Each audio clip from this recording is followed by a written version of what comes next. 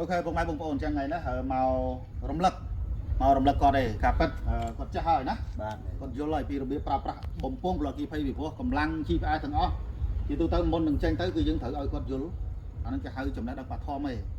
អញ្ចឹងរបៀបប្រើប្រាស់បំពង់ប្លុកគីភ័យគ្រាន់តែមករំលឹកគាត់ពីព្រោះជាទូទៅបើយើងមិនរំលឹកពេលខ្លះអាចនឹងភ្លេចណារបៀបប្រើប្រាស់បំពង់គីភ័យគឺមានគេហៅថាបើពេលខ្លះយើងយក5ដំណាក់កាលលើកក្លុកក៏បានដែរទី1លើកក្លុកមិនប្រើណាលើកក្លុកលើកក្លុកវាលើកក្លុកវាដង2ដងទៅឲ្យវាម្សៅវារត់ណាបាទលើកក្លុករួចនេះដកគ្រឹះសុវត្ថិភាពអានេះកលឹះឃើញឃើញកលឹះហ្នឹងដកគ្រឹះសុវត្ថិភាពអូខេបាទដកគ្រឹះសុវត្ថិភាពរួចឥឡូវឧទាហរណ៍ភ្លើងនេះកន្លែងនេះតម្រង់ឲ្យចំភ្លើងណារងចំភ្លើងរងចំភ្លើងរួចនេះចាំបាច់កាយកន្លែងនេះនេះកាយបាច់អានេះឧទាហរណ៍ជើងបាច់ឲ្យចំប្រភពនៃភ្លើងណាបាទពីឆ្វេងទៅស្ដាំពីស្ដាំទៅឆ្វេងរួចហើយមានពិបាកទេណាទី1ដកកលឹះ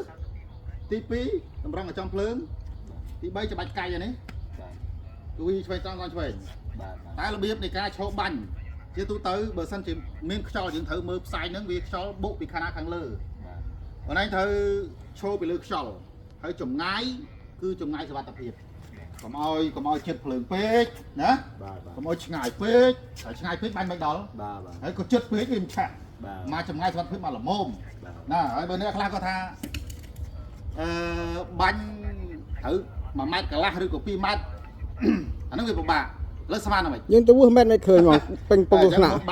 ម៉ែត្រមួយចាក់សិនណាអញ្ចឹងមិនបាច់និយាយ1ម៉ែត្រកន្លះឬក៏2ម៉ែត្រឬក៏ប្រហែលនេះខ្ញុំនិយាយពាក្យឲ្យស្រួលយល់ថាចម្ងាយឬក៏កម្រិតសុវត្ថិភាពហើយឈរទៅលើខ្យល់ជាការរំលឹកឈរទៅលើខ្យល់អូខេ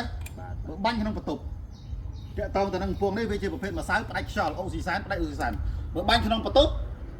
នេះត្រូវបើកចង្ហទ្វារខាងក្រោយណាចង្ហទ្វារឧទាហរណ៍បន្ទប់ចេះត្រូវចង្ហវាចង្ហទ្វារហើយយើងទៅបាញ់ជៀសវាងបាញ់ឲ្យបិទទ្វារស្មើនឹងយកខ្លួនយើងទៅចូលនៅក្នុងកន្លែងដែលកន្លែងផ្សាយនោះដែលអានោះបាញ់មកបាញ់អាផ្សាយនោះហប់ហ្នឹងហប់មកសន្លប់ខ្លួនឯងនៅលើឆានោះអញ្ចឹងជាការរំលឹកគឺអានេះរបៀបប្រើប្រាស់ពងអគីភ័យមានពិបាកទេអូខេបើសិនជាឃើញមានភ្លើងឆេះហើយណាឃើញពងអគីភ័យហើយដកតែកលឹះសុវត្ថិភាពទៅអានេះបើសិនជាមែនតើទៅអានេះដូចនិយាយមកអញ្ចឹងគឺមានទី1នេះរបៀបលីចេះមកណាយើងលីទៅនេះវាលាក់ហើយវារត់ទៅអូខេគឺខ្ញុំរត់ឲ្យលយហ៎លយអាលាក់ហ្នឹងដូចយើងលាក់ហើយដកកលឹះណាដកកលឹះសុវត្ថិភាពនេះដកផ្ដាច់ផាច់មកទៅតេស្តមួយសិនមកផាច់មកនេះអានេះយើងតេស្តសកត់តេស្តហើយតម្រង់ឲ្យចំគោដៅទៅឧទាហរណ៍ភ្លើងឆេះកន្លែងនោះតម្រង់ចំប្រភពភ្លើងហើយច្បាច់កាយនេះមកគូវីឆ្វេងទៅឈប់លើខ្យល់ងាយទេសំខាន់ឲ្យឈប់លើខ្យល់មកឈប់ក្រុងខ្យល់ចាំនិយាយកូនស្រីក៏ប្រើបានដែរណាបាទអត់ពិបាកមុខស្មាញហើយវាអត់ផ្ទុះទេអាហ្នឹងហ៎បាទតែថាភ័យឃើញក្រហមផ្ទុះហ៎អញ្ចឹងជាចំណេះដឹងមួយសម្រាប់ពុកម៉ែបងប្អូនយើងបាទ